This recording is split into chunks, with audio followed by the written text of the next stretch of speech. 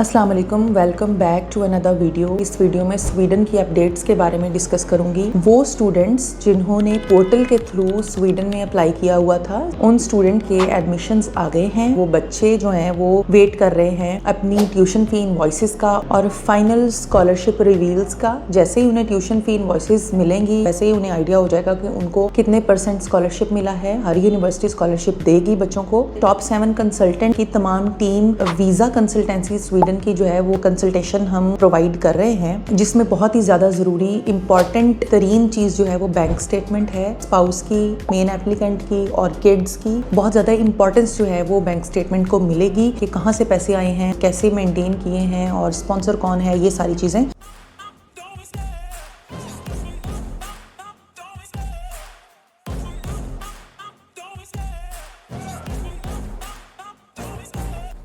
जो है वो इस चीज़ को बड़े बेहतरीन अंदाज में, जैसे कि बाकी कंट्रीज़ के लिए भी करते आए हैं, अब स्वीडन के लिए भी कंसल्टेशन हम लोग प्रोवाइड कर रहे हैं। वो स्टूडेंट्स जिनका एडमिशन आ गया है वो नेक्स्ट प्रोसीड करें, और जो टॉप 7 कंसल्टेंट्स के स्टूडेंट्स नहीं भी हैं, जिन्होंने खुद भी अप्लाई किया हुआ है, वो भी हमसे रब्ता कर सकते हैं स्वीडन एम्बेसी की कंसल्टेशन के लिए। और सबसे इंपॉर्टेंट चीज़ जो मैं रिवील करने वाली हूँ इस वीडियो में वो ये है कि स्वीडन की एम्बेसी जो पाकिस्तान में इस्लामाबाद में मौजूद है, वो 9 अप्रैल से जो है वो फंक्शनल होने जा रही है। इथोपिया विजिट करने की जरूरत नहीं है। बहुत ही अच्छा एक कुशन मिला है स्टूडेंट्स को, स्पेशली वो लोग जो 3 या 4 लोग पूरी फैमिली मूव कर रहे थे। पहले उन्हें इथोपिया जाना था, इथोपिया भी ऑफलोड कर देता है बहुत सारे स्टूडेंट्स को जो सिंगल जा रहे होते हैं। पाकिस्तानी स्टूडेंट्स खुद ही प्रॉब्लम्स क्रिएट करते हैं अपने लिए एक्चुअली, तो उनके अपने रिकॉर्ड को देखते हुए वहाँ की एम्बेसीज और वहाँ की इमिग्रेशन जो है काफी सख्त हो गई है पाकिस्तानियों के लिए। अल्हम्दुलिल्लाह अभी ये एक गुड न्यूज है तमाम उन कपल्स के लिए जिनको इथोपिया जाना था और अब वो इथोपिया नहीं जाएंगे और अपना वीजा जो है वो प्रोसेस सारा का सारा पाकिस्तानी इस्लामाबाद में मौजूद स्वीडन की एम्बेसी से करा सकेंगे। जिनको उनके एडमिशंस रिसीव हो गए हैं लेकिन ऑफर लेटर अभी आने बाकी हैं। ऑफर लेटर तकरीबन 12, 13, 14 अप्रैल तक मतवक्के हैं ऑफर लेटर और उनकी ट्यूशन फी इनवॉइसेस, जिसके अंदर स्कॉलरशिप भी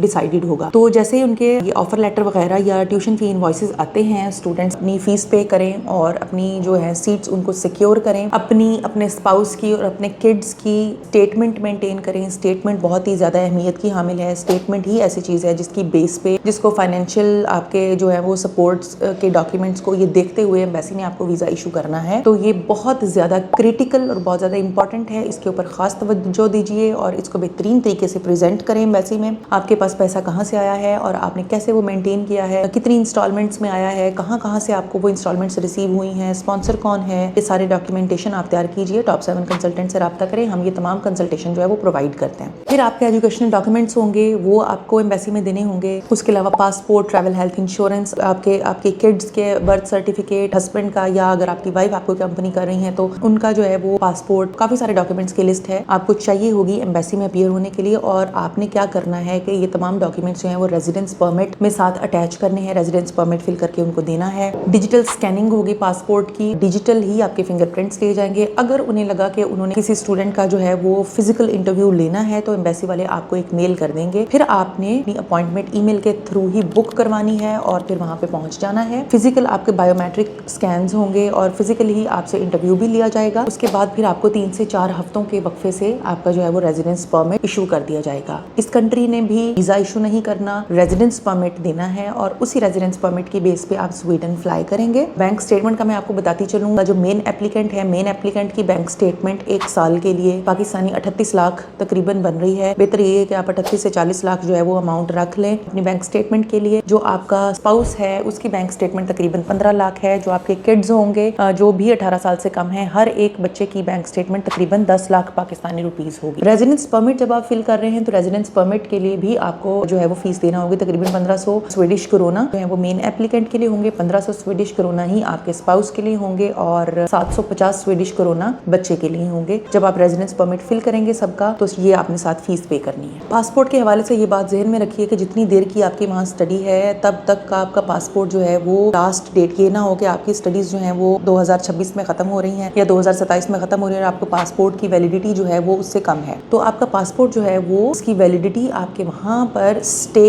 से ज्यादा होनी चाहिए, कि भी आपके स्पाउस की भी और आपके किड्स की भी। आजकल स्टूडेंट्स को ये भी बहुत इशू है कि हम फिनलैंड से भी ऑफर्स आ रहे हैं और स्वीडन से भी आ रहे हैं, दोनों में से क्या चूज करें। अपने बजट को देखिए, उसके बाद फिर आप अपनी यूनिवर्सिटी की फी को देखिए, तो आप खुद ही एक बेटर कंपैरिजन कर सकते हैं। पीआर के हवाले से आपने कोई भी टेंशन नहीं लेनी। पीआर तमाम यूरोप के कंट्रीज में तकरीबन सिमिलर है। पीआर वैसे ही मिलनी है जैसे आपको फिनलैंड में मिल रही है, पीआर वैसे ही मिलनी है जैसे आपको जर्मनी में मिल रही है। तो आपने इस चीज को जो है वो ज़हन में रखना है। पीआर के हवाले से आपने ये चीज नहीं सोचनी कि हम फिनलैंड में जाएं या स्वीडन में जाएं।